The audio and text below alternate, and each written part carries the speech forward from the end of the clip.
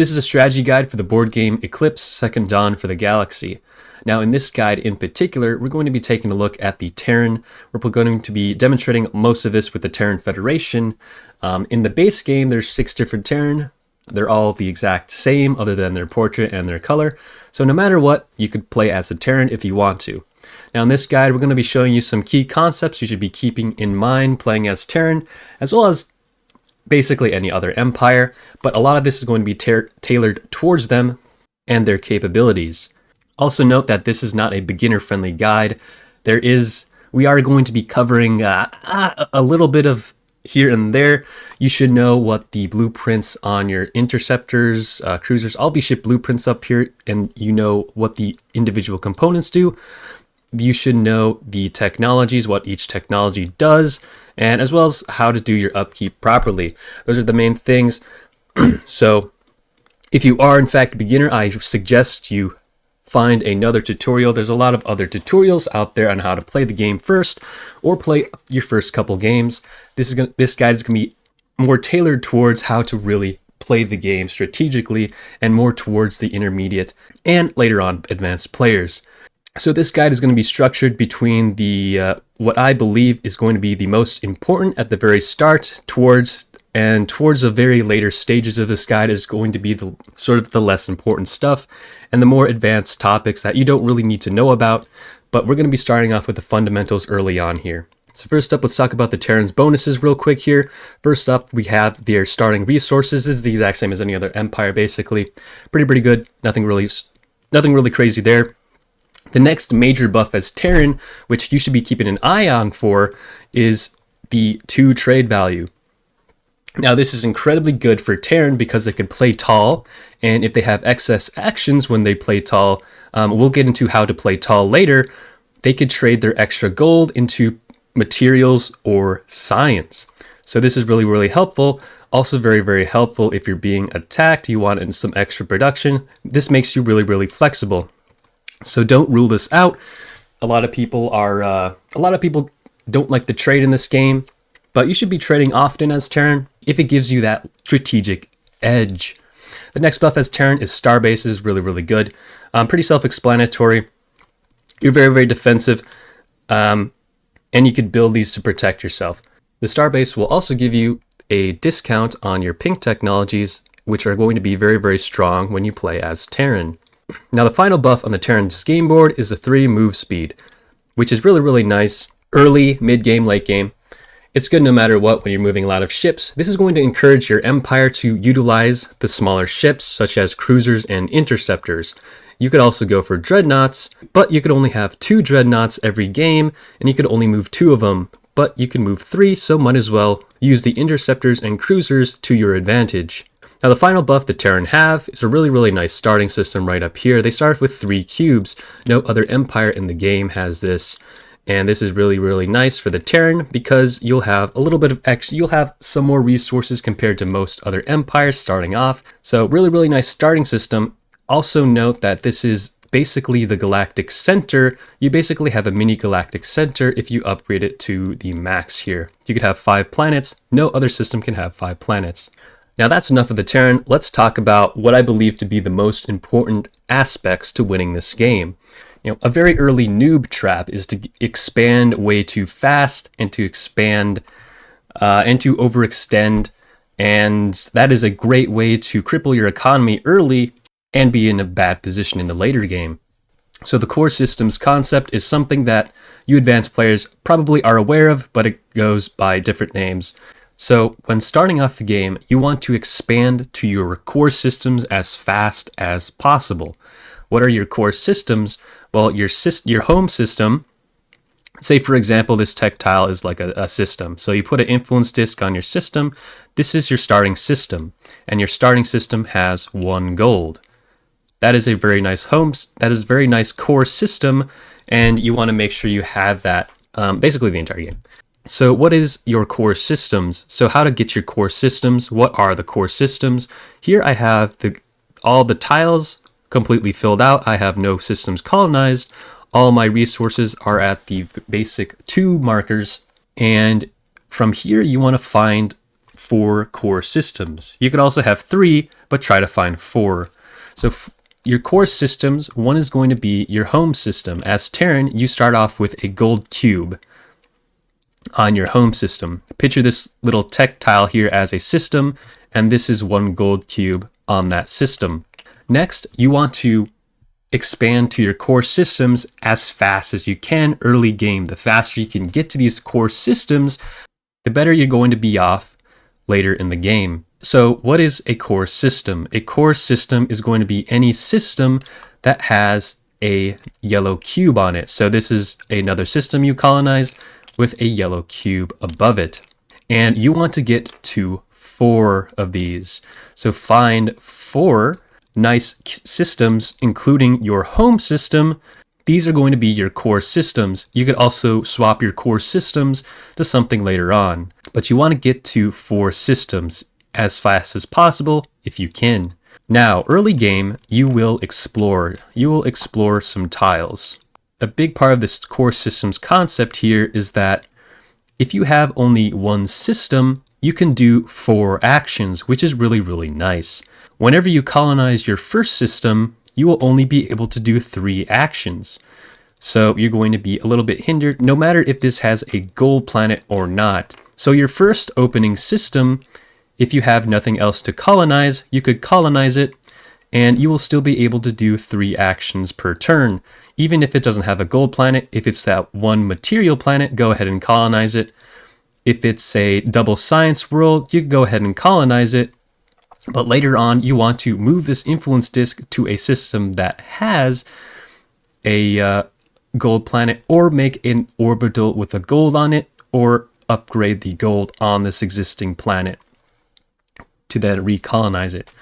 But if you get one of those planets here that doesn't have a gold, that is fine. Just make sure you don't colonize another planet after this. Otherwise, you'll go into only 2 actions per turn. Even if you get a gold on this planet, you will only be able to do 2 actions without going to the negative.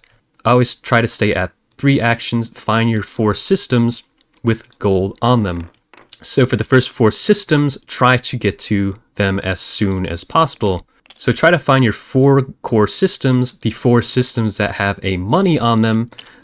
Also know that every single system in this game that has a money planet also has an additional resource, so you will be able to develop these planets even further throughout the game. Now that you have that in mind, let's get into the first turn and see what you could potentially explore when finding your core systems. Now, the most valuable systems to have as your core systems are going to be found in the center of the galaxy. Now, the tile ones are generally going to be the most valuable. A good thing about the 1 tiles is that they always will have at least 2 planets on them. They also, every single one of the 1 tile systems are worth 2 victory points, so they're always going to be the most valuable in any game. The second tiles are going to be the second most valuable systems. They will tend to have more planets than the 3s, and the most victory points from them as well, with ranging from 2 to 1. Now the last systems over here, the 3 systems, I wouldn't recommend trying to make these home systems, but there are a couple if you can explore, which can be really nice really nice core systems into your empire.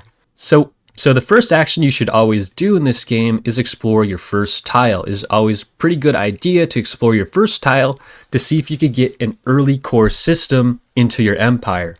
So out of the tile ones you could potentially draw, there are 5 of them. There's a 50% chance that it'll have an ancient, and it will be of one of these categories here.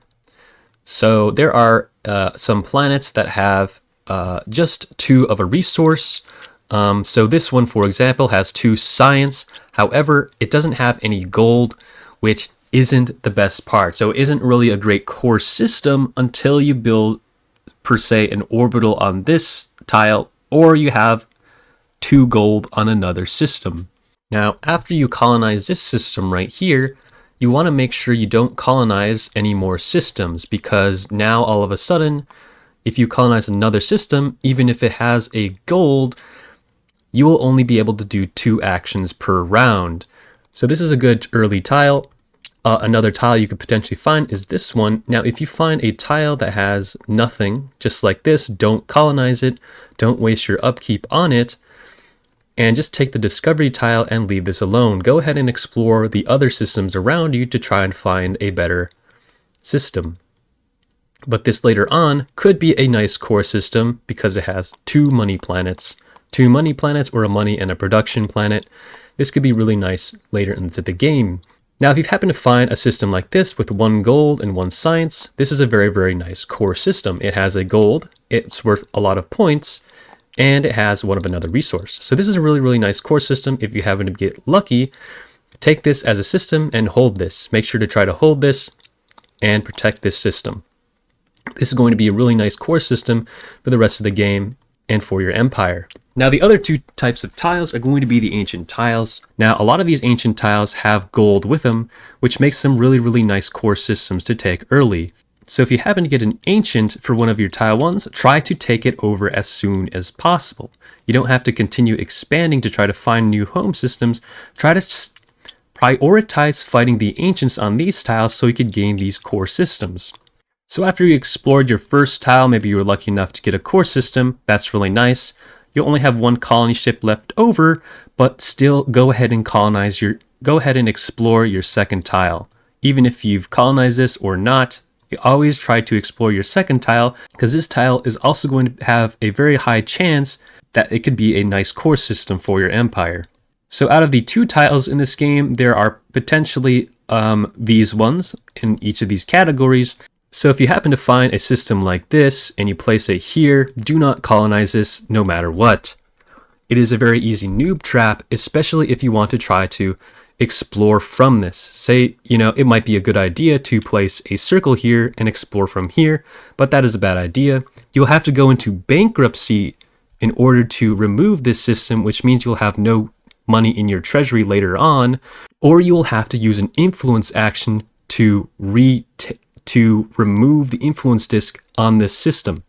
Instead of exploring from the system later, if you really want to explore from this system, just go ahead and use a move action to send a scout into this system, and then you could explore from the system without paying its upkeep cost later. Another tile you may find is the 1 production tile. So if you already have a system that has a gold planet and your home system, but you find this system right here with a 1 production for your second tile, it might be a really nice thing to get that production. However, if you do colonize this world right here, you will only be able to do 2 actions before going to negative upkeep, which is very, very bad, which is something you don't want to do.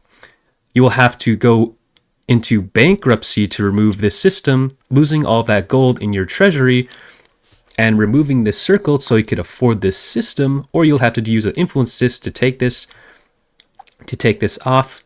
I would not recommend settling this if you already have a planet open.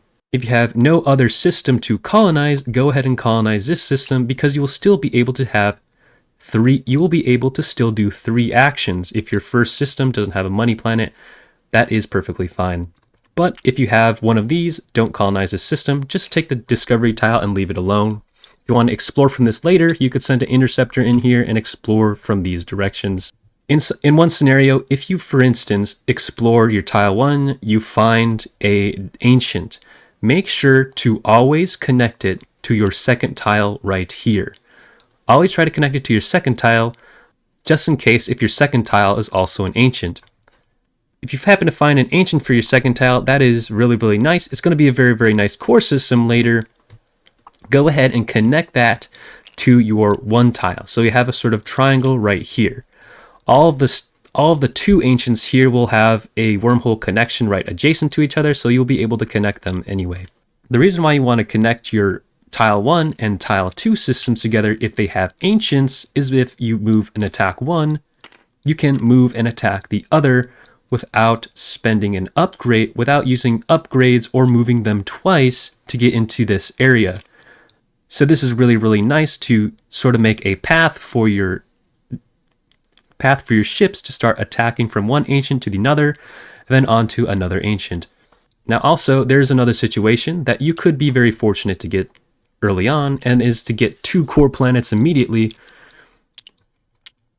So you get very lucky, you get a system like this with a gold planet, and then your second tile becomes another core system like this. You will only be able to colonize one of these planets because you only have 3 colony ships. However, you want to do an influence action here. Your actions will cost 5, but you'll be able to get more. But you will be able to get 1 more cube down from one of the tracks. You'll also be able to do this action because you found 2 core systems and actually make gold afterwards. So after you explored your tile 1 and tile 2, continue to look for your core systems if you have actions for it.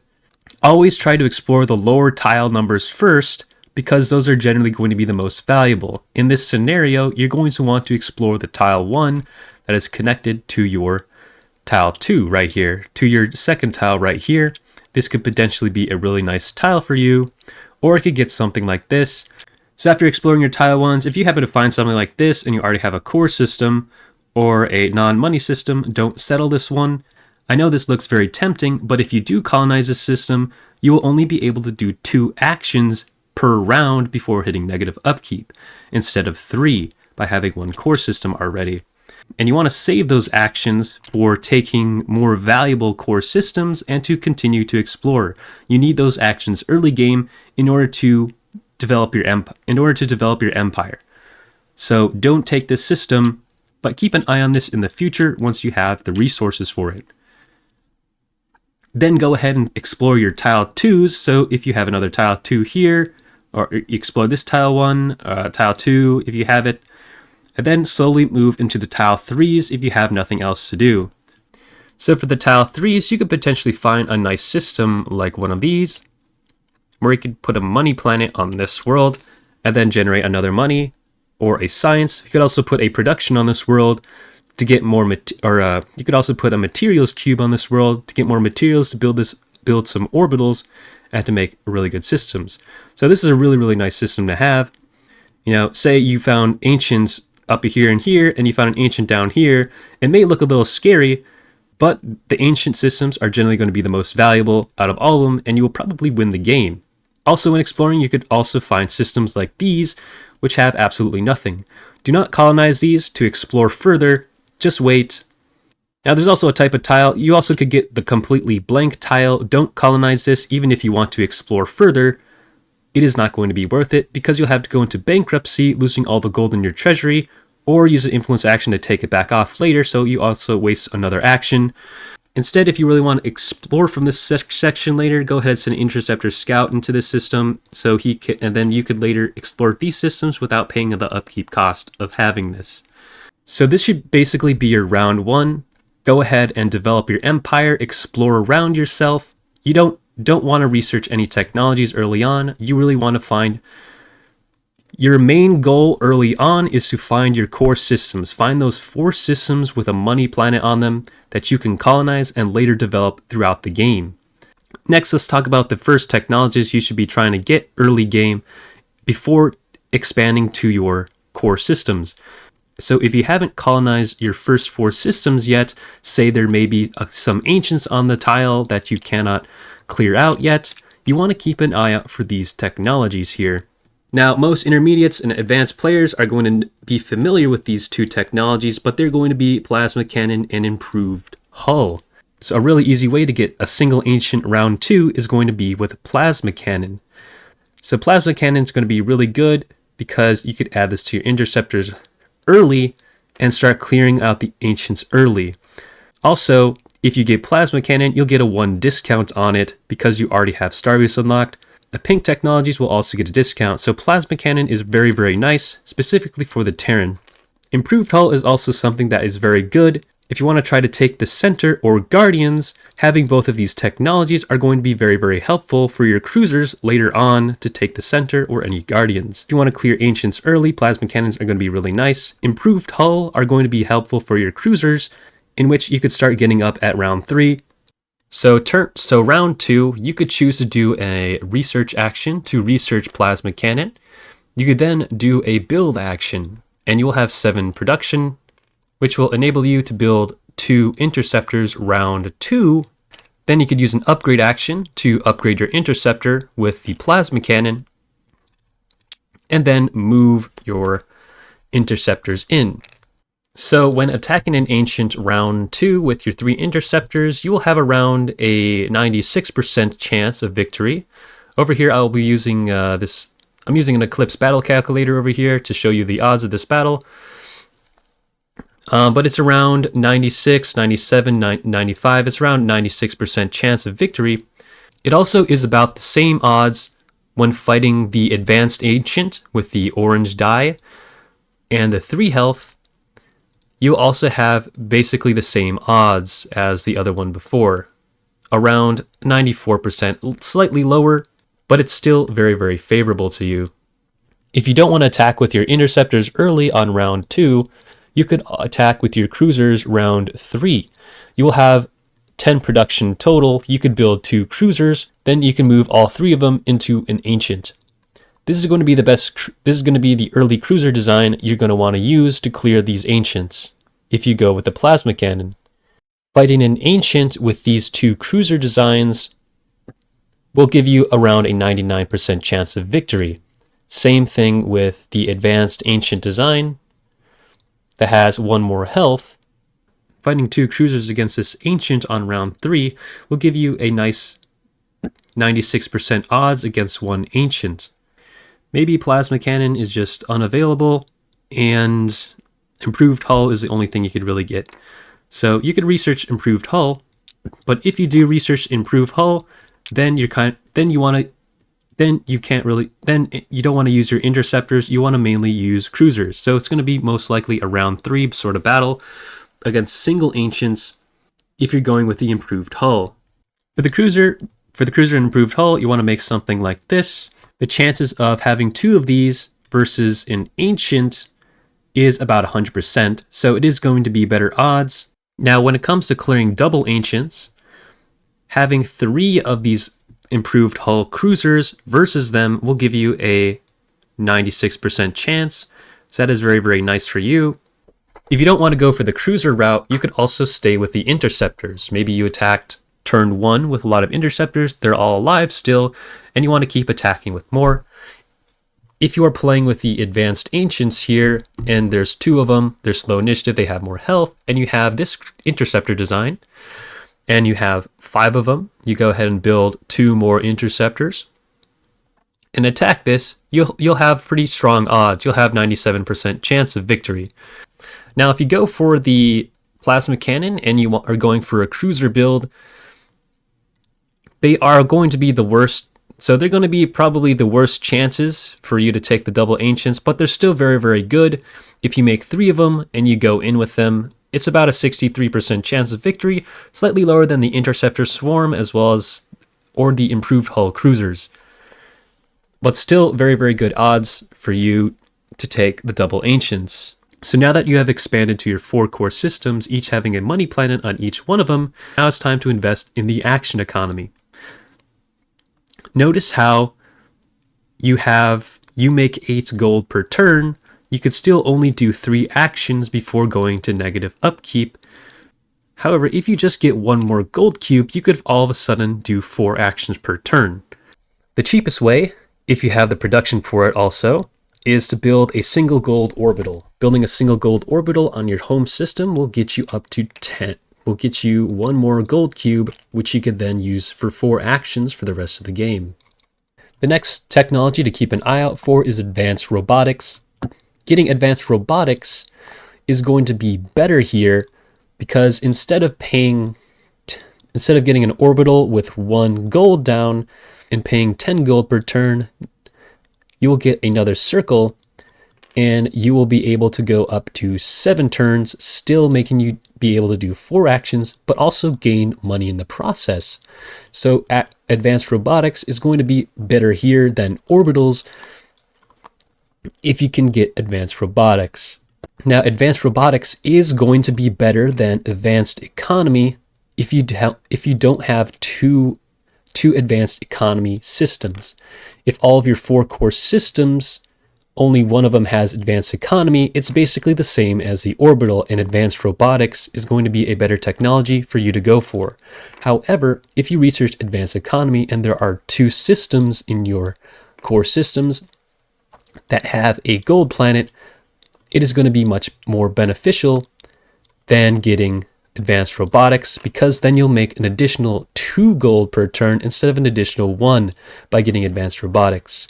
So it's slightly better than advanced robotics if you have more than 1 gold planet. You will have a gold planet on your home system because you are the Terran, but if you find one more, advanced economy is going to be pretty nice for you.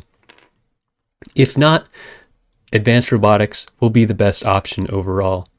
Advanced robotics will be pretty good, as well as building a single orbital somewhere. A very later game one, I wouldn't recommend going for this early because it takes a lot of science, is a quantum grid, but this could help you very, very late into the game. More importantly, when you play wide, if you're playing a wide empire, then quantum grid is going to be something you're going to want to snatch up at some point. So now you have expanded to your core systems, and you've invested into your action economy with a single orbital on your home system. You could deal up to 4 actions per turn. Now's the time we have to think about how to further expand our empire. For those of you who have played Stellaris before, you may be familiar with playing tall versus playing wide, but if not, I will give a general overview of what each of them are. Playing wide is going to involve you having lots and lots of systems, however, not necessarily the highest amount of actions. The benefits of playing wide is that you will have a lot of points from all the systems you have. You will also have a large amount of raw resources to use to research very key technologies or to build lots and lots of ships. The other playstyle from here that is also definitely viable is by playing tall. Now that you have your 4 core systems, this is the perfect time as the Terran to build tall. Building tall, the benefits of playing tall is that you will have much more actions to react to players, to do more things, and to finish tech trees. The more actions you have, that'll give you more. You will have more actions to research smaller technologies, get those technology discounts, to research and finish more tech trees, gaining you more points in that aspect. Also, playing tall with a Terran is very, very nice because your excess actions that you don't use because you're playing tall can be converted into science or production with your 2 trade value. So it is even more viable for the Terran to play tall at this position than any other empire because of their insane trade value. Playing tall and playing wide, it's sort of a mix between both. You might be in between, you might be very tall, you might be very wide. Most games might fall in between both of them. But some technologies you might want to look for might change versus if you're playing very, very wide versus very, very tall. First, let's talk about playing wide as Terran. In this example, we have 4 core systems. Just imagine these little tech tiles are a system. Each one of these are influences on each of your system. And each of these systems have 1 gold, and you will be producing 8 gold. So you'll be able to do 3 actions, which is pretty good. When playing wide, it is very, very easy to get into position where you overextend. You don't want to overextend and cut your actions down. A good rule of thumb when playing wide is to always be able to be in a position to do 3 actions without going into negative upkeep. So in this position, say you've expanded to your core 4 systems, you could then expand further to another system that has a gold planet and still be able to get into 3 systems. You don't have to invest into your economy just yet if you want to play wide this game. So instead of investing your economy, you could get up to 5 planets by playing wide. Now, getting the 6th planet, you're going to have some issues because even if you have a gold planet for your 6th system, you will only be able to generate 12. When you will have to pay 13 for your 3rd action, so you'll go into negative upkeep. So before investing into your 6th planet, you want to invest in your action economy. This is where you could then take a look at these 4 technologies here and get any of these to improve your economy. Now, building a single orbital is a very nice way to get your 6th planet playing wide. You build 1 orbital, say on your home system, giving you 12 gold. This will allow you to settle your 6th system that also has a gold planet, allowing you to generate 15 gold per turn. and being able to do 3 actions. This will also allow you to settle your 7th world, as long as this also has a gold planet. If you have an 8th planet and it is a gold planet, you will still be able to do 3 actions and hold all of these systems at the same time. After your 8th planet, you're going to have to invest into another orbital, giving you a grand total of 9 systems. This will allow you to completely max out your money tree by having 9 systems, all with a money planet, and 2 having a double money planet. You will still be able to do 3 actions, which is very nice. Always make sure you can do 3 actions playing wide. Try not to go to 2 if you can, otherwise people can very easily start snatching a couple systems, taking them away from you. Keeping 3 is a very, very good number. Don't go lower than 3, ever. Try not to ever go below 3 actions. You could go ahead and calculate it every time during your turn by seeing how many actions you did and seeing if you're going into a negative upkeep from the gold that you're using. So 9 is a very, very good place to stop when playing wide. Now, if you want to play giga wide, you could do that as well. Also, when playing wide, consider advanced robotics and quantum grid. Think of these as free systems, free additional systems, even if they don't have money at all. You could go ahead and just colonize those systems with these additional advanced robotics, quantum grid. You could colonize those 3, even if they don't have money. Now, you could, of course, choose to not invest in orbitals and spread these gold to these planets over here. So then you'll have 1 planet left over if you have quantum grid that has no money and it's basically free, and you could still you're basically in the exact same position, and then you'll have 12 systems under your control. This is the widest you should probably ever go. So this is the extreme wide playstyle here. So you'll have about 12 different systems, but this is about the widest you should realistically get. If you go even wider, if you want to go even wider, you can use the rest of these for just colonizing random systems, become the giga-wide empire.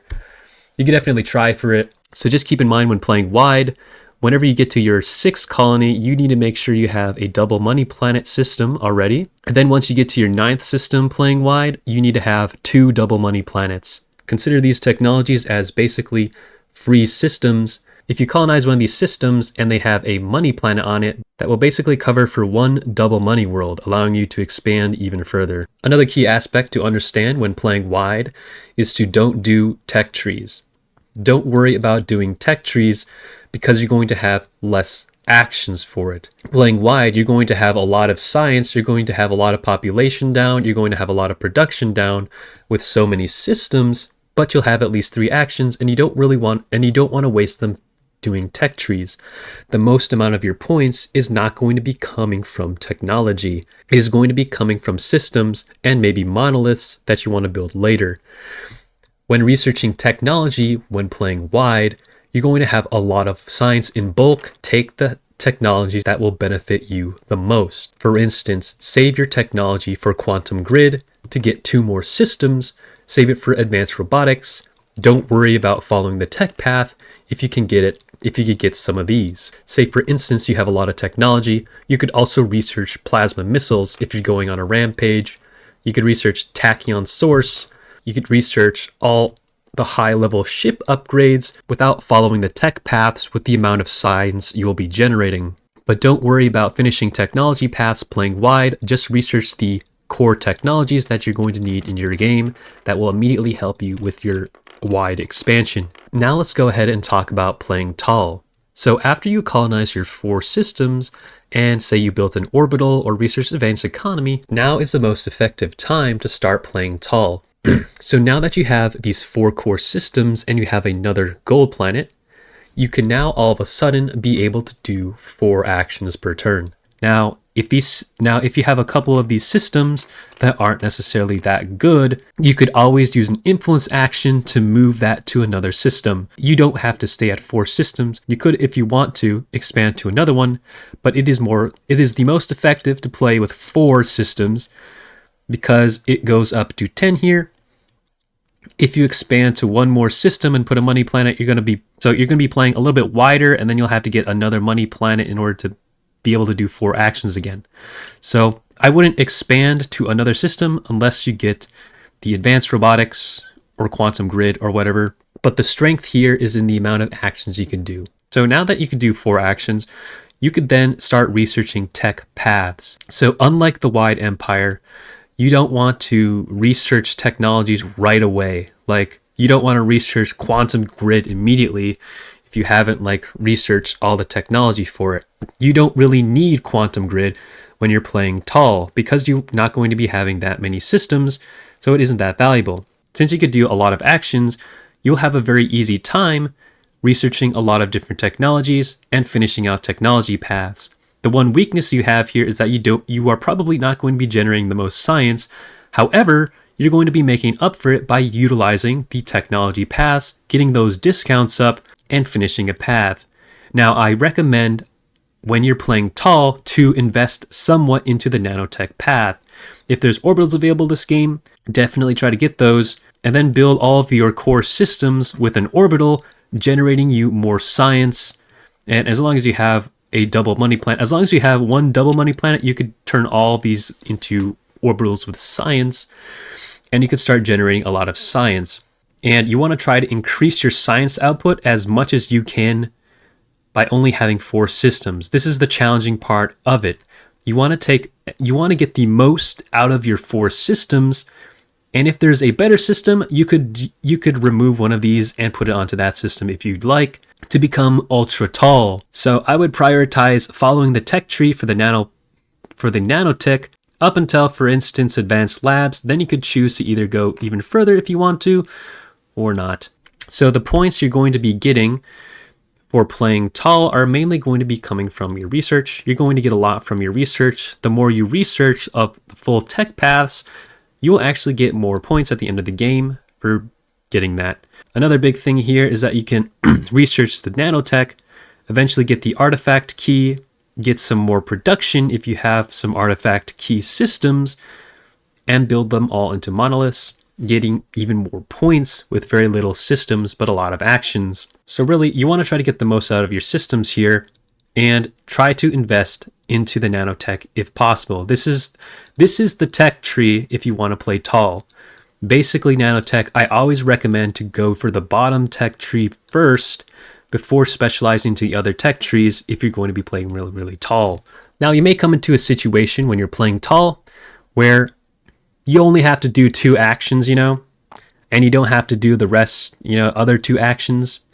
You could go ahead and explore, whatever. You don't really have to, but this is perfectly fine. If you only want to do 2 actions, say you need a little bit more science for something, you're following a tech path, getting that science discount. You don't want to move anything, you're not really fighting one, you're kind of being chill right now, and you don't want to use these, that is perfectly fine. As the Terran, this is where you shine, actually. You actually will... So instead of paying an additional 5 gold to do these other actions, you will generate 5 gold. And what is 5 gold to the Terran? That is technically 2.5 science, which you could then use later. So even by doing less actions, by having the capabilities to do more actions, you will actually gain science as the Terran because you could just trade all of that in for science or production as well if you want to get more orbitals, which is why they are the most viable empire to be playing tall in this game. The main weaknesses of playing tall, of course, are going to be the resources you generate. Most importantly, materials. When you're playing tall, try to get your core systems or any systems you have to get some sort of materials planet. You won't be generating that many. Production is going to be an issue here because you're going to be building a lot of orbitals on all of your planets. So try to find systems that have a lot of production if you're going to want to play tall. Keep those systems up, defend those systems, and then you should be in a good position. A lot of the Tile 1 and Tile 2 systems in this game have advanced mining. Keep an eye out for advanced mining. If you can get it and your systems have it, that'll be awesome for you because you can make more materials, finish your orbitals, and stuff like that. Now, let's talk about how to challenge the Galactic Center as well as any Guardians. Now, the Galactic Center is the Galactic Center. The Guardians are the players that, if you're not playing a full 6-player game, those are the sort of stronger ancients on the side of the galaxy that would be the players later on.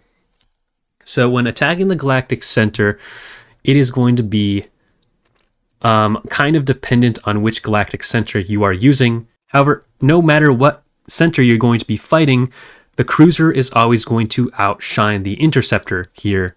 Building 4 cruisers versus about 8 interceptors, the cruisers generally will have better odds, and this is the cruiser design you're going to want to go for. If you build 4 of these and attack the center, no matter if it's the hard advanced version or if it's the normal center, you're going to have some pretty strong odds of taking it either way. But you will need to build 4 of these, research plasma cannon and improved hull. This is about the cheapest way you can take the center as the Terran. You will have around a 94-95% chance of victory when fighting the center. It's about the same thing with the one with the 4 missiles. So against the advanced galactic center, it is about is 4 of these cruisers right down here versus the advanced galactic center. It's about a 98% chance of victory. So very, very nice. This almost secures your odds. If you have 4 of these, move them into the center, you will be able to take it pretty comfortably. The same with the normal galactic center. It's about the same odds, basically 100% chance if you get these 4 cruisers going in. Now, if you only have like 3, it goes down to about 80%. So you really want to get 4 of them and attack the center with 4 cruisers of this build. This is the cheapest way, but it is not the only way. If you are fighting you could also do it with interceptors. However, you're going to need a little bit more of them, and it will only work if you fight the main. It only will work if you fight the default one. The one with the missiles kind of messes you up a lot in this one. Kind of messes you up a lot with the interceptors because they all have 1 HP. And the missiles sort of counter the interceptors. So you can also build 8 interceptors, like so, and challenge the center, the one with the 4 yellow dice and the 8 health, and you'll get a 90% chance of victory, 90, 93, 92. This is very favorable odds for you if you want to do a lot of interceptors and attack it that way. You could also, if you wanted to specialize in the pink technology, get that 3 upgrade onto your interceptors. Then that's going to be a 99% chance of victory. This is basically guaranteed odds for 6 interceptors. If you get the plasma cannon with the +3, also from the pink tree, and then grab some sort of power source from somewhere, you only will need 4 power. So there's a lot of different power sources you can use for this, but you can definitely attack it with interceptors.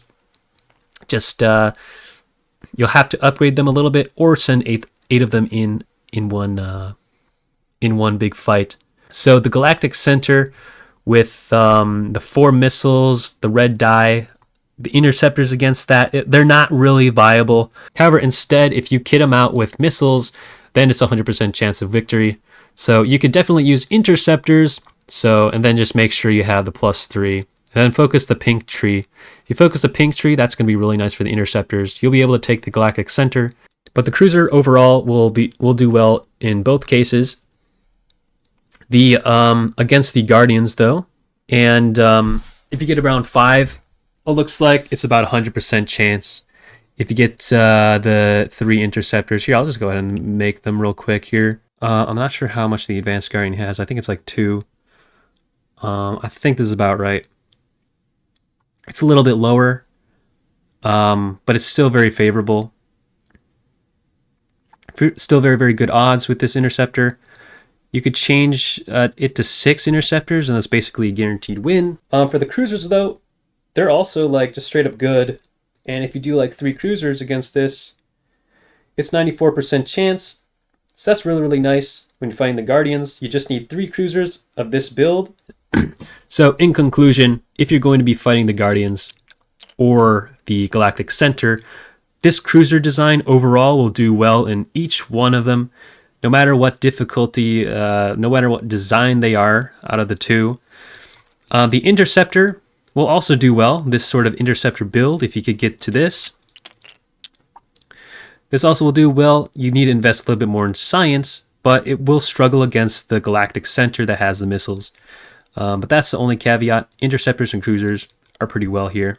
Now let's go ahead and talk about the two styles of gameplay the Terran have, and your sort of win condition when playing both of them. So it's two Terran Playstyles. There's going to be like in between here and there. So first you have the super peaceful gameplay. You're sort of the protectors of the galaxy. You're the United Nations of Earth. You are the good guys. You're basically going to play as the good guys, and you could definitely play as the good guys in this game. It is a viable strategy for the Terran to be the good guys. You have an extra ambassador slot for it, and you're going to basically not fight anyone. You're going to be chill. So that's one of the play styles. Now the other play style is the complete opposite. It's going to be to kill everybody in the galaxy. Your main goal is to destroy other empires and eliminate them from the game. So if you want to roleplay as the Imperium of Man, a fanatic purifier, the Fourth Reich, whatever you want, that is going to be your main game style. The main way you're going to win in that game is by making all the other empires to lose valuable systems, gain nice reputation tiles, but that's sort of like a plus, and to potentially eliminate empires from the game. That whole playstyle revolves around you not necessarily generating victory points, but by making other players suffer and have less victory points than you. So let's go ahead and talk about the peaceful gameplay that the Terran have. So if you're trying to be chill, you're trying to promote alien, I don't know if you're role-playing or something, trying to promote aliens and coexist with them, go ahead and send an ambassador tile. You have a free ambassador tile to send to anyone. Go ahead and send it to them. That'll be awesome, so you guys can coexist together. For the cube you want to put on here, try to put it as a production cube. Always try to put this as a production cube if you can. This is a wild card. Try to put that as a production cube because later on you're going to need that in order to win. So peaceful gaming, go ahead and make ambassadors to people, be chill, and this play style synergizes quite well with playing tall. Your main win condition here is going to be monoliths. So the very key technology here, monoliths are going to be your win condition, and you're going to be needing a lot of production for it because you're not trying to fight anyone. However, you want to try to win the game. You're going to win that through points. So the main way you're going to be generating points if you're going to be playing peaceful is going to be through monoliths. Monoliths are going to be very important because those generate 3 points. That basically buffs your system's point score at the end by 3, which is fantastic. Another thing to keep an eye on for more production is artifact key. Try to take some systems that have this little star by it and keep an eye and see if you get artifact key to ideally late game, probably the last turn, research it, and gain 5 production for every single of your worlds, and then go ahead and build some monoliths, of course, if you are safe and nothing's going wrong. Also, don't be afraid to sacrifice your reputation tiles to get more ambassador tiles. If it means you won't be fighting that many people anyway, and having ambassadors here all on production will give you even more production to make monoliths in the late game and to make the greatest empire, the most luxurious empire that everyone wants to live in. Another way you can gain points by not fighting people in this game is by following the research tech paths. So for instance, you just research a lot and you get to here, you get a lot of these and you get a lot of points this way. So that's pretty cool as well. Also, we'll talk about discovery tiles. When you're playing peaceful, always try to take the 2 points. You don't really want to, if you're actively not trying to fight people, you don't really need anything else really, even the resources. If you are in a good position and you don't really need the resources and you're going to be better off in the late game already, take the 2 points. there's going to be more points that you will have at the end of the game. And every single point will matter if you're playing peaceful. You're sort of the point collector, point connoisseur. Everywhere you could find points, try to get points. Playing wide or playing tall when playing peaceful is entirely up to you. You could play wide and grab a lot of systems, get a lot of science and research monoliths and artifact key, but that is, entirely up to you. Immediately, you'll have a lot more production that way. You'll get production from your ambassadors, or you don't necessarily have to get monolith also. You could just research, rush everything, and get points that way by focusing research instead of getting monoliths. Say monoliths didn't drop, but you got artifact key. You got artifact key, you could send it into science, and if you were playing tall, you might be able to finish 2 tech paths in one game, giving you a total of 10 points. Key technologies here for playing peaceful, advanced mining, monolith, artifact key. Monolith's the main thing. You get that. If not, that's fine. You don't necessarily have to get monolith as long as you have a lot of systems. Get a lot of points by having a lot of systems. You get points that way.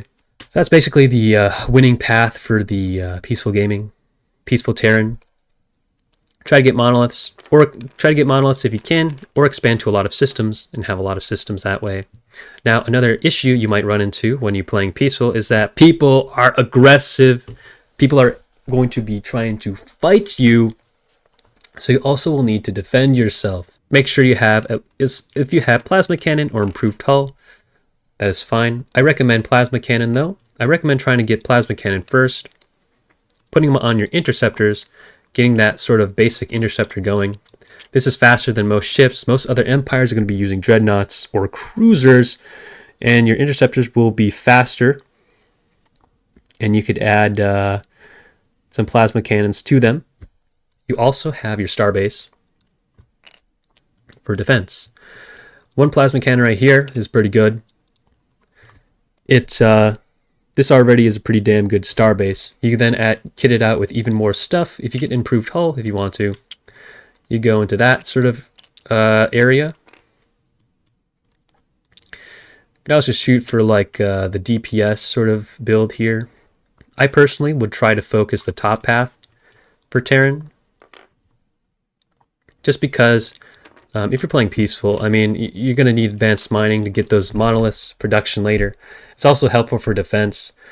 You get the tachyon source, right? I mean, the tachyon source is kind of extra. If you want to go for like the ultra late game stuff. Yeah, you can make a starbase that's sort of like this, if you'd like. This is a pretty damn good starbase. It will most likely fire first compared to most people. If you get that glucon computer up here, I mean, that's sort of like extra. Also, if you do go for the top path, you could try to snag missiles. Missiles are also going to be kind of nice here. The pink path is sort of specializes in glass cannon sort of stuff. So there really is no hull or like, bonus stuff there. And you sort of benefit here for having the glass cannon. So this is a legal design. You could have your starbase shoot missiles. It has high initiative, so most likely will shoot first, hitting some people.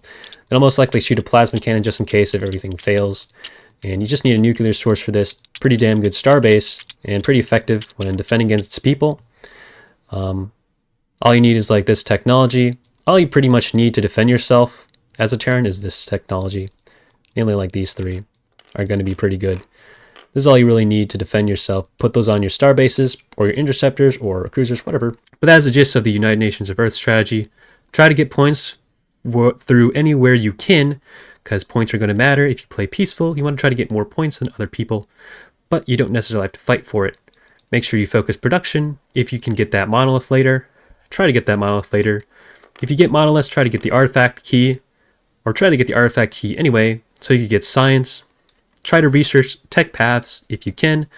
You could try to get 2. There's been games where I completed 2 tech paths and a little bit of another, almost. It is definitely possible.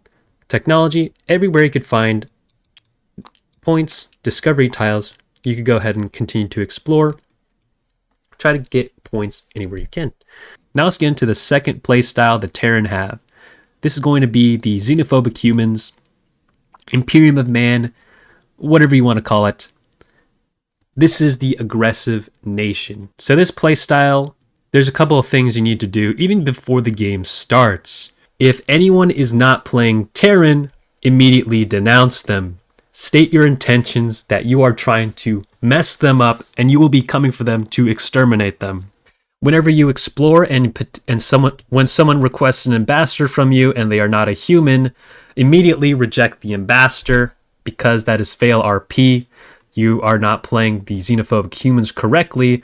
Go ahead and just reject their offer and prepare to invade them in the few turns. So when playing the aggressive Terran strategy, there are some certain technologies you're going to want to try to pick up. The Terrans specialize in the pink technology because you already have Starbase. You're going to get discounts on all the pink technologies. So try to pick up Plasma Cannon if you can. Essential technology for waging war on the galaxy is neutron bombs. Take a look at this. Try to get this if you can. If you can get this before Plasma Cannon, that would be super nice. You save a little bit of science on this.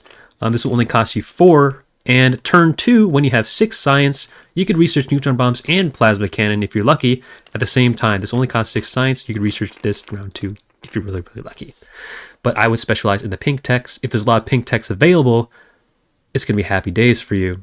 So the most aggressive technologies you could get are going to be in the military tech here. Eventually, once you get your economy going, still get your 4 core systems and improve your action economy. But after that, start researching the military tech. Try researching military technologies and to get the edge in every single combat you fight. So the weakness of the military techs here, if you do happen to go for this path, is the initiative. You're going to be very slow, but you're going to be using interceptors. Interceptors and cruisers are going to be your main DPS.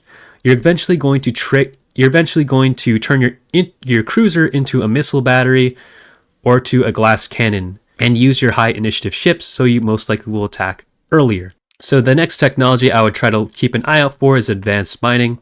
Try to get that if you can. So when I play super aggressive in this game, I always try to save these 3 slots for the last 3 pink technologies. Also, a thing to keep in mind is that every single technology path, no matter what, has 8 different technologies you could research. However, each path here only has 7. You can only have 7 of them. This build order here, I like to personally save these 3, but you don't have to if you want to. If you want to research advanced mining here and get shields here, I guess. Shields for the Terran are not necessarily it's not really the greatest path when doing glass cannon build. You specialize in moving a lot of ships around, your cruisers, interceptors, they all have high initiative. So try to specialize into the glass cannon if you can, if you want to. But the pink tech here is really a glass cannon sort of tech path. But next, try to research tachyon source. Costs a lot, but this will only cost you 8 if you've already been researching these. Then research glucon computer. Plasma cannon, good for early game. Tachyon source, glucon computer later for like mid to late game. This is going to be another power spike for you where you could kind of go in. However, the interceptors are still slower than the starbase. So if they have starbases unlocked, watch out for that. Be cautious of that with your interceptors and just be careful there. And be careful to not, if you can, eliminate the starbase and their starbases are trash. You're going anyway. It's whatever. But the next technology here, but this last technology slot here, I would like to save for missiles. Missiles are going to make up for the no initiative sort of area you have here. Your ships won't have initiative, but you are going to be using interceptors and cruisers. You can now all of a sudden start adding stuff to your cruisers. So then after this, say you're getting out initiative by people, you could then research tachyon drive here. And since you got the tachyon source, you will have enough power to power all of this. So these are super, super good interceptors. So these are super, super good interceptors for late game, super, super good cruisers for late game. And these will really help you fight literally everything. Also, a unique thing about this interceptor now that you have the tachyon drive is that now it could fire first before the starbases. So it is faster than starbases. Since you got the tachyon source, tachyon drive, if you already built into this, kind of snag this for the last turn, you will be ready to exterminate people from the galaxy. Another important topic I want to talk about here is ship specialization. Sometimes you might get into a situation where people continue to do reactions to counter your stuff, and you react by adding in another upgrade of your own. It's just a constant war of reacting. Both of you lose all of your actions for basically nothing, and another empire comes in with their full actions and just wipes you out. That is cringe. And to avoid this from happening, you want to specialize your ships. So the 3 specializations in this game are going to be DPS, your missile battery, and your tanks. So for your interceptor, they're going to specialize in the DPS role. So you either want to keep this and a cannon. The strength of the DPS role is that it has high initiative and will fire first before anything gets to fire back. So it's very, very nice to be putting on the interceptor here. The interceptor also can be sent into the missile role if you want to have a missile interceptors with basically the highest initiative in the game. You could do something like that. Next, we'll talk about the cruisers. The cruisers are in a good position. They could specialize in basically any of the roles. You could make them into a glass cannon. For your cruiser, you could make a build like this into the glass cannon DPS, since it does have high initiative, but not as good as the interceptor, and it will do a lot of damage, and it's basically guaranteed hits unless they have shields. The cruiser is also very, very good at missiles. Missiles are going to be pretty nice for this. It has pretty good initiative, so they will most likely fire first, and you could put a total of 6 of them onto here, which is super, super nice. The cruisers are pretty good at that as well. You could also specialize your cruisers into tanks. To do that, you'll need at least 1 cannon, just so you could tank stuff. And then maybe another improved hull. You could put another improved hull here, or maybe a shield. If you have a really good shield that you found somewhere, you could put that on your cruiser as well if you want to make a tank. So next we talk about the Dreadnought. You don't really need Dreadnoughts as a Terran if you have very high initiative already. So yes, you will have a power source, the best power source that you can research really. But the Dreadnought has a lot of spaces. You can't really fill it out with all guns, even though you have the best power source. So instead, it is more effective for them. They can definitely be a DPS, a glass cannon, but they're not as good at it compared to the other ones, because it has very low initiative and it will most likely get hit first compared to others. So the glass cannon Dreadnought isn't really viable. What you want to try to do, if you are in fact going for Dreadnoughts, is to start kitting it out with hull like this. But this does mean you'll have to research phase shield at some point. You could also just replace this with a hull, or you could replace your missiles with a phase shield upgrade instead, making you get a really good Dreadnought to tank stuff. So ship specialization is very nice, because now if someone tries to counter swap you and you only are sort of using a mono fleet, you only have like a bunch of interceptors, say they're using missiles, and then like, oh, you have to swap to missiles. Okay, I'll swap to missiles. And they swap back to tanks, and it gets kind of out of hand. You swap back to like DPS. Instead of that happening, you'll have a ship for each sort of situation here that you'll be able to use. So instead of counter swapping, you could go ahead and make just a specialized ship, and then you won't have to do any upgrades on it later to counter swap people, because you'll have a sort of ship for each sort of scenario that they sort of bring in. The Starbase build, however, I like to put missiles on it and make it is usually a mix between DPS and missiles. Since it has super high initiative, most people won't have this high initiative unless they have an interceptor with tachyon drive, and you have something sort of like this. This can shred most people, unless they purposely add more initiative to counter you, I guess. But try to keep your star bases as sort of like jack of all trades sort of thing. You don't know if your missiles are going to miss. You don't really know what they're going to bring. One of the nice things about playing the pink path here is that you could then, if you need even more military power, then specialize in the green path down here. The only real two technologies you need militarily are going to be these two. If you already built for this, you could start building towards this, and you could upgrade your ships even further with the antimatter cannon. So the interceptor, this has enough power since you have the tachyon source. This is a legal design, so this is a monster. You can also add this to your dreadnought, but you'll have to remove one of the hulls if you want to do it like that. You could also add this to your starbase if you want to. And you could also, in fact, add 2 to your starbase if you really wanted to. Say you wanted to be more of a DPS, they bring in a lot of tanks, they're using a lot of that improved hull because they thought it was super good, had a lot of improved hull on their ships. And then you pull out a glass cannon starbase, the +3 antimatter cannon, and plasma missiles. This is a very, very scary starbase, but if you research the pink path, you will have the components needed to make these, and then just grab these two. You could definitely do it. Some games I sort of miss out on missiles and just make antimatter cannon, and this just to make the late game interceptor, which is very, very good at eliminating players.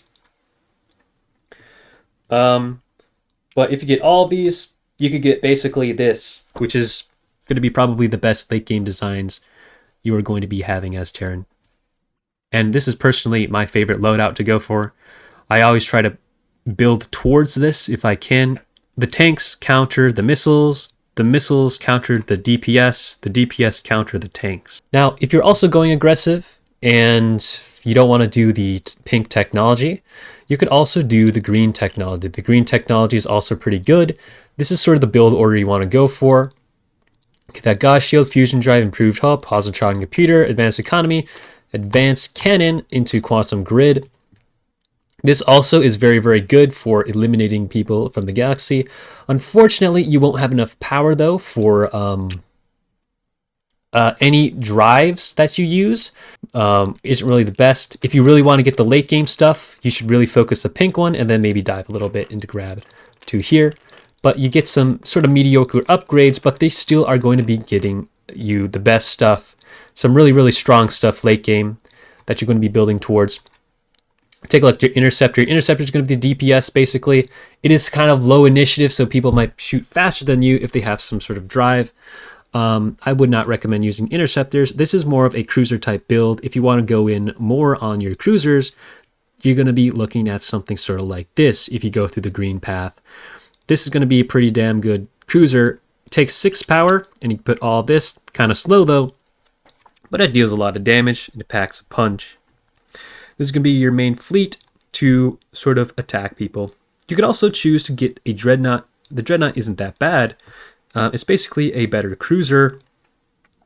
You could kit it out with a bunch of hulls, positron computer, a Gauss shield. It's sort of a tanky, very, very tanky cruiser, or dreadnought, which is going to be pretty nice.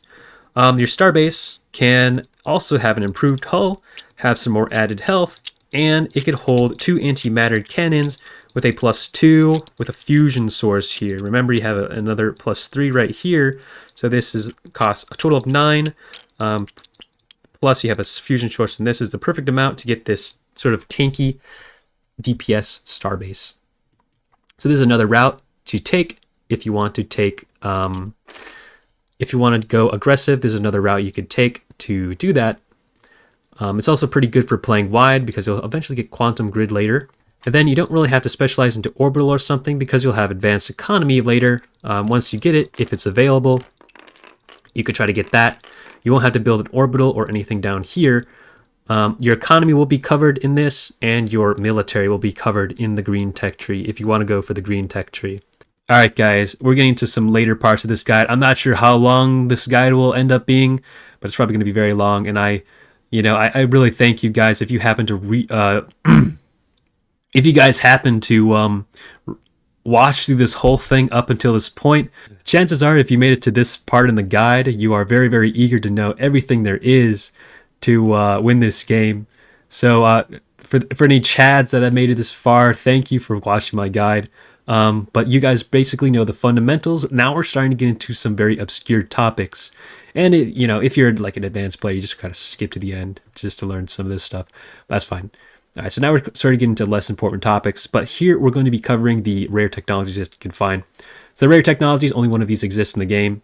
We're gonna make a little bit of a tier list here. So this is the tier list I got going. This is basically the S tier. Tachyon drive tier, fusion drive tier, we got nuclear drive tier, and then we got the transition drive tier right down here. All right, guys, let's go ahead and rank these. These are all the rares we got here in the base game. So let's talk about 0 Point Source. 0 Point Source is only good with dreadnoughts, really. The added power is going to enable you to get more stuff and maybe turn your dreadnought into a glass cannon if you really want to. I don't know why you would want your dreadnought to be a glass cannon, but you could if you got 0 Point Source. It's a bit more costly than the Tachyon Source, and you really don't need this to get the late game Interceptor already or the late game Cruiser. All you need is Tachyon Source. You don't really need anything more than that. This kind of mid. Also, it is helpful if you pair it with Counterfold Field. It does make this a little bit better because Counterfold Field has it is a hull. It is the best hull, but it takes 2 power. So if you have extra power, getting Counterfold Field paired with 0 Point Source can be really good for your dreadnoughts or your cruisers. Your cruisers can be pretty good if you want to turn those into a sort of tank, ultra tank like that. If you are, if you are in fact trying to go for a green tech sort of rush, if you're using the green techs and you don't have, the best power source, there's no like power source or improved hull, and you find these two, then try to research these two, and then you can make very, very tanky cruisers with 0 Point Source and the Counterfold Field, and get the Antimatter Splitter and a Positron Cuber. They deal a lot of damage at the same time. So 0 Point Source and Counterfold Field are only really helpful if they're used together. If not, just get the Tachyon Source. That kind of makes them mid. Both of these individually are basically Tachyon drive tier. If you get them both together, then they're good. That's when they're actually kind of good. You get more hull. But individually, these are trash. So I'm going to put them in the F tier. Try not to get unless you see both of them and you really want to go for it. Then you could definitely try. Next, we're going to talk about Neutron Absorber. Neutron Absorber is interesting. It can be helpful if you're being attacked. This is very, very helpful for the peaceful gameplay you're going to be playing. If you play tall, Neutron Absorber is actually really, really nice because you'll have a lot of planets on your very, very specialized systems, making people making yourself a lot harder to be taken out and less of a juicy target to be fighting. So this is actually pretty good. This is probably like fusion drive tier. I would get this if I'm playing tall and you have a lot of systems that people have to bombard instead of using neutron bombs to fight. This could be definitely very good if you're playing tall. Absorption Shield next. This is a sort of this could be good. This could be good for an alternative fusion source for your cruiser. You could get you could instead get 2 absorption shields and replace it with your fusion source on your cruiser and add like a hull onto your cruiser. Then you can still get the antimatter cannon. So this is pretty good for that. This is pretty good for mid to late game for your cruisers. If you're going down the green tech tree. This is only good if you're going down the green tech tree. If you're going through the pink tech tree, you're doing a sort of glass cannon sort of build. It's a lot worse because you could just get Tachyon Source and be a lot better DPS wise. Absorption Shield it's really only an alternative to the fusion source right here. It'll give you 4 power. It'll give you 4 power, but you have to use 2 slots. And you can use the 1 4 power for this. You can have an improved hull for this, positron computer, and then but you will be able to get a better drive though, which is kind of nice with that excess power. So it isn't entirely useless, but I mean, only if you're going for the green path, really. So I'm going to put in like nuclear drive tier. It isn't like completely useless. I would, if you're going green, then definitely consider the absorption shield as an alternative to the fusion source that you will get instead. Next, we'll talk about the transition drive. The transition drive is probably going to go into the transition drive tier if I'm going to put it anywhere. But essentially, if you don't know, the transition drive is going to be it's basically the same as a tachyon drive. You can move 3 spaces, and it costs no power, which is kind of nice, and it is very, very it has no initiative, which is the worst part about this. So the transition drive. So the transition drive, the only thing you really should put your transition drive on is your dreadnought, because they already have low initiative anyway. They are probably going to roll last anyway. Then you want to put it on your dreadnought. This could be cool if you want a very, very strong dreadnought, but with low initiative, which, you know, isn't that great. And you want to move them around, but it gives you no initiative. So if someone blasts you immediately, there's really no coming back from that. Over here, though, for your late game cruiser, if you're going green tech, by any means, yeah, you could do this and get another positron computer. But then it's like you only have 1 initiative. So you could also put the transition drive onto your cruiser, but then it only has 1 initiative. It's basically slow as a dreadnought, but you can move it around places. It is kind of it has its place. But really, it has its place in the green tech. But really, as the green tech, you don't have the place for the transition drive. And you'll have to research this somewhere else, unless you want to replace, like, Gauss Shield. You'll have to replace Gauss Shield or something from here. And these are already pretty damn good.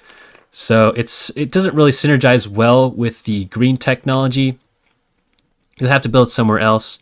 I would try to focus the green technology if you can, instead of trying to get the transition drive. If you go for the top pink path, you already have enough power for the tachyon drive instead of the transition drive, which is already much better. So it really is. It's really like only It's like, oh my God. It's good for moving your dreadnoughts. It's basically the only use for this is for your dreadnoughts. But really, you don't want to really be using dreadnoughts for Terran, unless you're doing green path and you want some dreadnoughts with a lot of hull. Individually, I think that, honestly, this is probably the worst. Tachyon transition drive is just not. Don't bother with this. I'm gonna go on too much of a rant. Transition drive is not very good. Don't get it. Next, we have Flux Missile, which is interesting.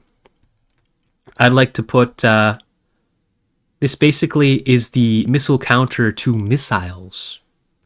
So if you could put one of these on your... So if you have a missile cruiser, it would be pretty nice to just add a Flux Missile onto it, which will give you a bonus initiative to... basically fire your missiles first before other missile users. So this is a very, very good alternative missile counter to missiles without actually making tanks. Tanks are usually the counters, but flux missiles are the counters to missiles themselves.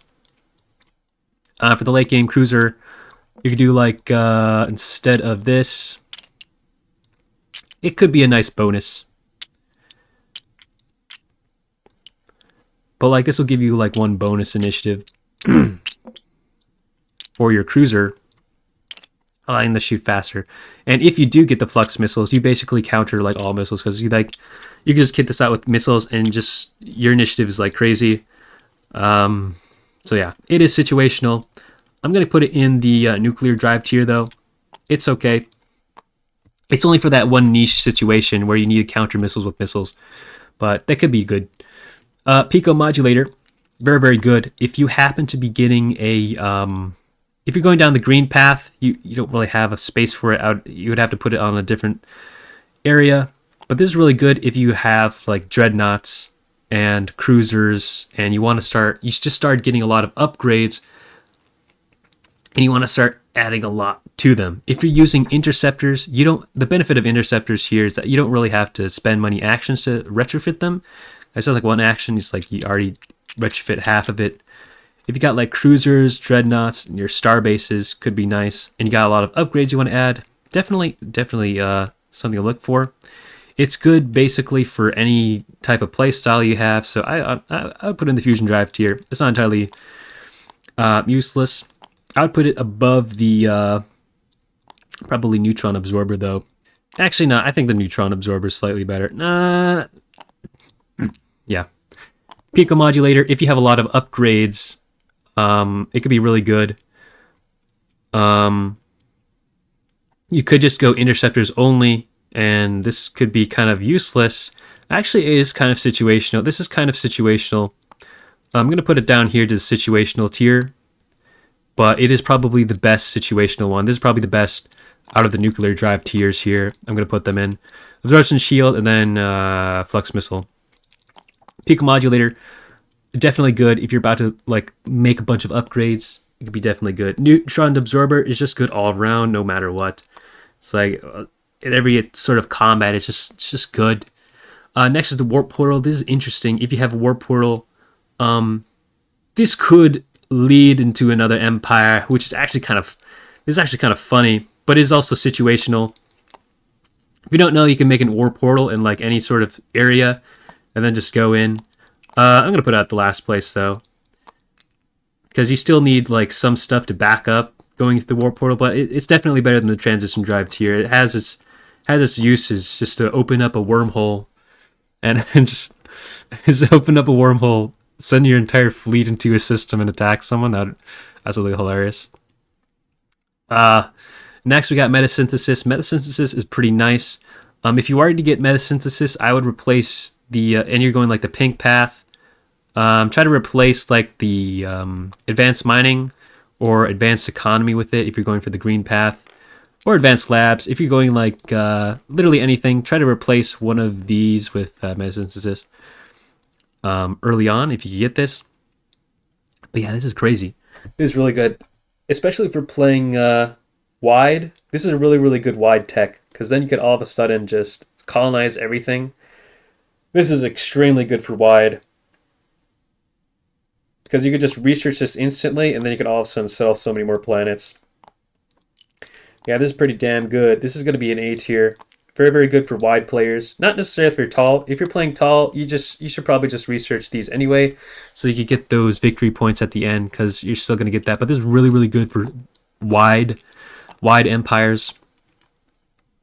Next, Sentient Hull. Sentient Hull A is pretty good, but this is for the this will be for your cruisers, and if you're only going for the green path. If you're going for the green path, this can be good. It's basically a replacement. It's basically a replacement to this. Instead of having all these two hulls, you could put like a plus. You could put all of these as sentient hulls, and this could be good. This could be a really, really good late game thing. It's actually pretty good. Very, very good. However, if you go pink path straight up, it does get outclassed by the pink class with the missiles and stuff. But it's still pretty good. I would put it above Absorption Shield, because you could this will allow you to like mathematically win battles if you calculate it right. I put in the nuclear drive tier here. Ancient Labs, let's just put that in the transition drive tier. We don't have to talk about that. And I'm just gonna put Ancient Labs. Ancient Labs, I think. So this is good if you're playing tall. This is basic for tall. It gives you 2 victory points, which is pretty nice. And it will help you complete a path if you have basically nothing else to research. Research this for like 9. So this is like you could research it as your second to last one here, And this could help you complete a path, because you don't need all the paths if you're playing tall. So this is really good for tall. Might help you get some certain resource or something. I'm going to put it like behind the warp portal. This is actually situational. It isn't like transition drive tier. Maybe like that. Yeah. I'll also have to keep in mind the warp portal does give you 1 point. It does give you 1 point, and it gives you like an opening somewhere. This just gives you 2 points. This could give you 2 points and potentially another warp portal. So Ancient Labs is kind of better. It does cost more. But yeah, I think it's a nuclear drive tier, situational tier here. 0 point source, colorful field. Yeah. Next, we got the Soliton cannon, or the solution cannon. This is sort of this is good if you're going down the green tech. If you want to go down the green tech, this is also a pretty good green tech. If you go pink tech, you sort of go for the max level stuff. Green tech is sort of like, sort of look around. So basically that's going to make you, this basically will replace the antimatter cannon. If you want heavy cannon basically early, you could get the solution cannon if you're going green and replace it with the antimatter cannon somewhere to get that early cannon. It does cost 3, so you will have to get fusion source first, but you'll save like a power here, which you could use for a better transition drive. So this solution cannon is pretty good. It's situational though. It's situational though if you're using the green path. So it's better than the flux missiles because it's, you know, and I would put it above the absorption shield here. Solution cannon's very situational, only if you're going green path. All of these, if you're going green path, are going to be helpful. All right, last one, I believe, is improved logistics. This is probably the first S tier technology. Improved logistics. If you get this as Terran, it is one of the most satisfying feelings ever in playing Eclipse. Moving 4 ships at one time, moving your 4 cruisers in one time. This is quite honestly crazy. This will help you eliminate people in the late game by just moving a lot of stuff, and you can move a lot of stuff onto all their systems. You can move 4 cruisers with one action, 4 interceptors with one action, and then another 4 interceptors with another action. This is one of the most coolest feelings you could ever get playing Terran, and try to snag this before someone else does. If someone does get this, it's like they also become a Terran because they can move like 3. But this is probably Tachyon Drive's tier, very, very good. And there is one more I've been waiting for. I don't know where it is. Ah, here it is. Wait, there's 2 over here. Oh, cloaking device. Okay, hold up, guys. We got 2 more. I didn't forget about these. Let's talk about cloaking device. Cloaking device is going to be very helpful if you're doing the aggressive Terran strategy. This is very helpful in bypassing the big tank walls people have. Sometimes people make big choke points, and you know, you could send in a couple interceptors, you know, trash interceptors to pin, then move in your cruisers afterwards to attack all their exposed systems, which is pretty nice. It's very good for conquest. I wouldn't say it's better than improved logistics, but it's pretty damn good if you're trying to move through places. But it's kind of situational though. I would put it like, this is good overall. Not necessarily if you take the green path. So I'm going to put it like right here. It's going to go like to right there, I would say. Next is antimatter splitter. Antimatter splitter is probably going to be probably better than advanced logistics, I think.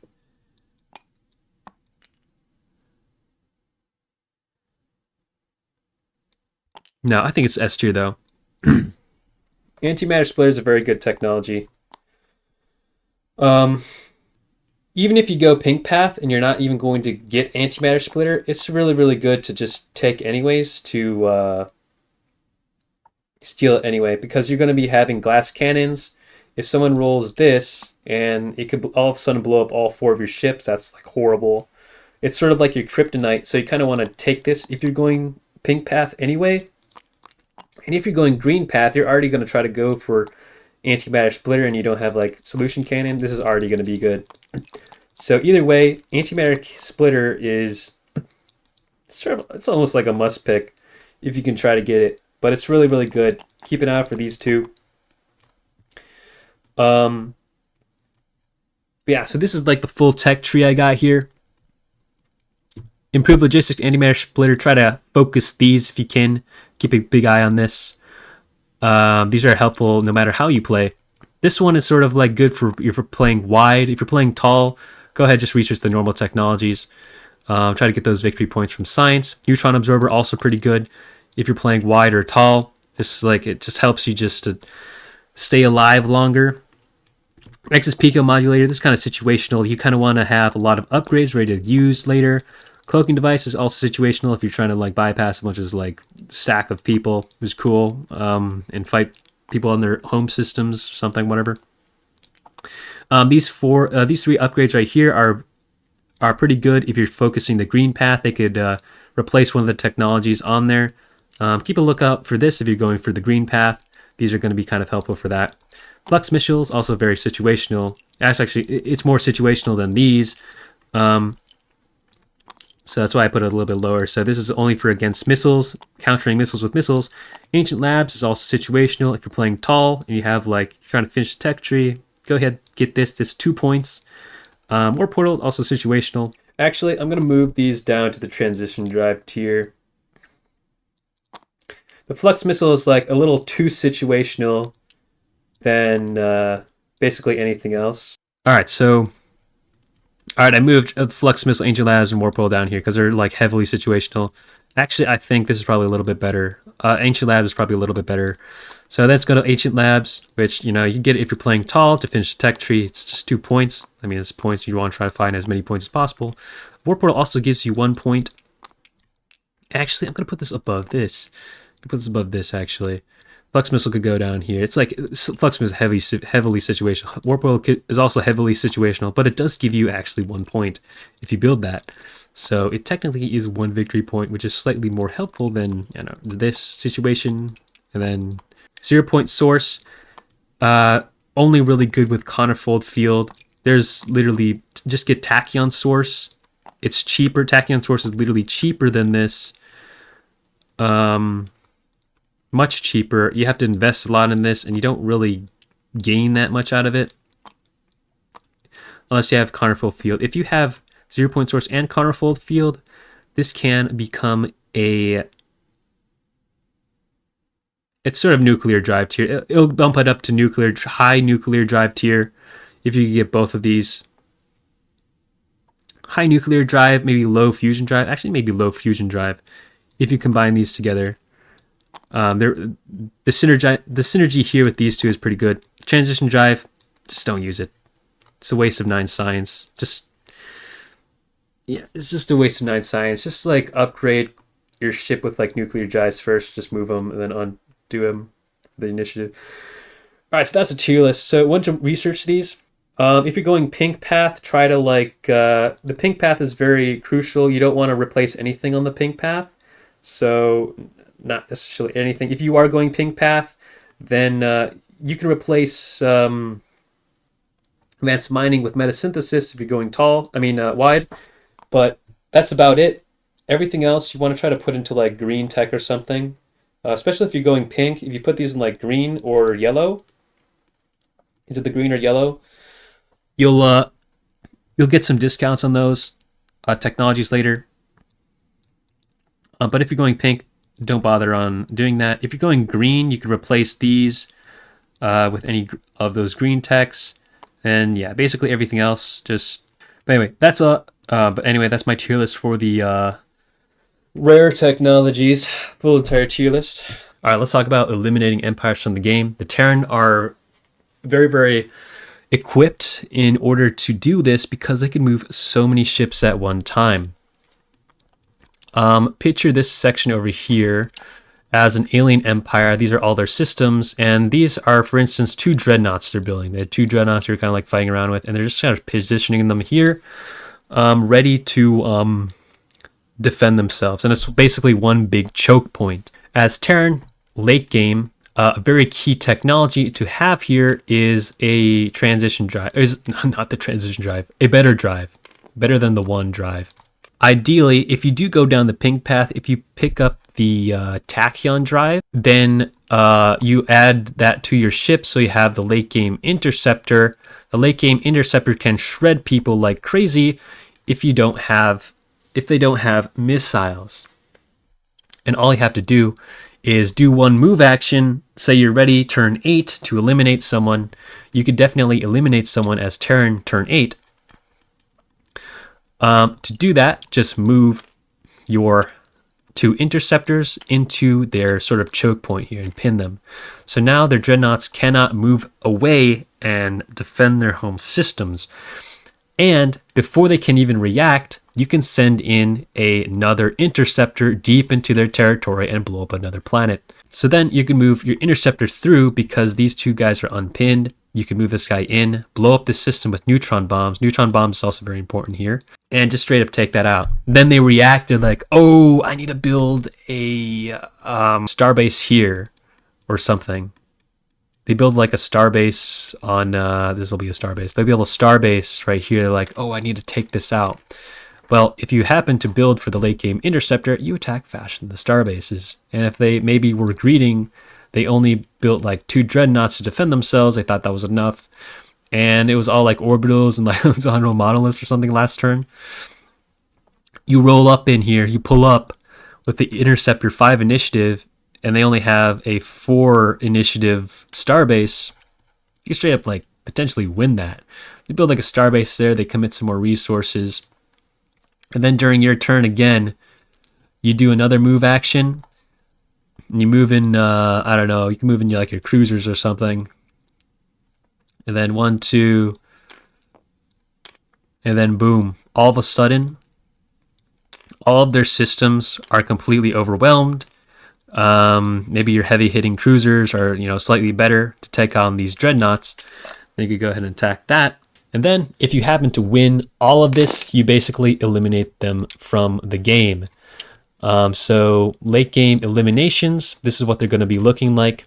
It's going to be you, lots of fighters or interceptors all over their systems, taking on their strongest units with maybe your cruisers or more interceptors of your own, and just completely deleting everything from the galaxy. All right, so now we're getting to some like really obscure tips here.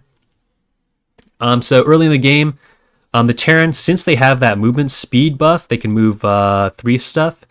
And say you're trying to fight this ancient here on this tile, right? You do like a move turn 2 or something, or turn 3 when you have 2 cruisers built up. Move them in here, and you're like, oh, this guy's gonna die anyway, right? So it's like, okay, well, I could send him out here, and just sort of keep him out here to explore later, and then just sort of explore from here. So if you're attacking with cruisers and you have that random interceptor, you don't have to sack them in. You could try to send them out into the galaxy, and you'll be able to explore from here without paying the upkeep for having this system. All right, another obscure tip for you guys is if you find a wildcard planet like this one, or like this one over here, this one's fine. But if you find a wildcard planet like this one, this could be very, very helpful for rushing production and gold potentially. If you want to, this is kind of situational. But this is the thing you could do with the influence action, where you could influence the system and place a cube of your choice from the population track, and then with the same influence action, undo this system and return it to another section of the influence track. So basically, you will be converting one of a resource population cube to another resource population cube. And since you're using an influence action, this colony thing here is completely free. It doesn't cost any colony ships. What you can also do is build an orbital in this system to allow you to convert even more stuff. So the situation where you want to try to use this is if you are playing the peaceful. Say you're playing a peaceful, you want to do like a monolith rush, and you already researched the key technologies already. And if you have one of these systems in your backyard, let's say you wanted to convert all of your science into production and gold later for late game, so you could build a lot of monoliths, you could go ahead and use an influence action and then place your first circle down the system. Go ahead and place a gold on this. Go ahead and place a money on this orbital, and then go ahead and place a production on this orbital, and then with the same action, remove this system and take this back and put it into science, and then take both of these cubes and put them back into science. Go ahead and do another influence action, put a gold here, a production here, and then undo it again and take it back and put it into science. You get the idea. This will allow you to convert all of your science population cubes into money in production, which is going to be helpful for you to build those late game monoliths later if you happen to get this interesting system. All right, another obscure opening that you guys could try as Terran if you're like really feeling risky is when you do an explore action and you find one of these guys. If you want to get your cruisers up immediately round 2, you can definitely do that. After you discover this area is immediately pass. So all you did during your turn 1 is explore, and after you explored, it's basically zero action. It is basically completely free action. This will allow you to do your upkeep, so you gain 3 of that, 3 gold, and 3 science. And then turn 2, you could do a build, and you can convert the 6 gold you got from that into 3 production and build 2 cruisers right away. And then you can move immediately into the system, already getting your cruisers up just like this. And then you could do one upgrade action. And then this upgrade action, you will want to put a hull. For this upgrade action, you want to grab a hull and an electron computer here.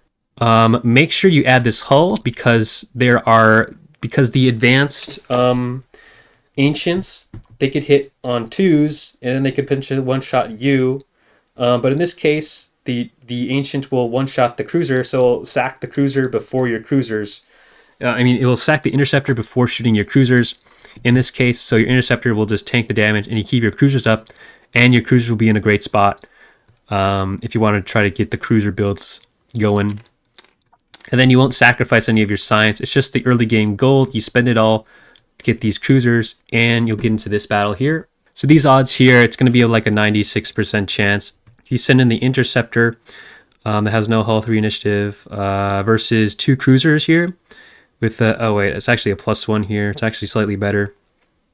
The odds are actually 100%. Sorry about that, guys. Fighting the ancient here with the orange. Oh wait, never mind. It's like a +1. It's just kind of dumb. Okay, never mind. It is 96% against the advanced ancient here with like 3 added health. I like the 1 initiative, but the initiative doesn't really matter here. Against the interceptor and the 2 cruisers down here. The 2 hull. This is about it's like 97% chance-ish victory. That's going to be it for the guide. If you happen to make it this far and you learned something new, leave a like. Comment down below what other things that you do as Terran that could potentially help people out. Maybe you do like a dreadnought build or something. You could talk about how to use the dreadnoughts in a way that maybe I haven't talked about in this one. But this is going to be it. Thank you guys so much for watching. And I will see you all see you guys later.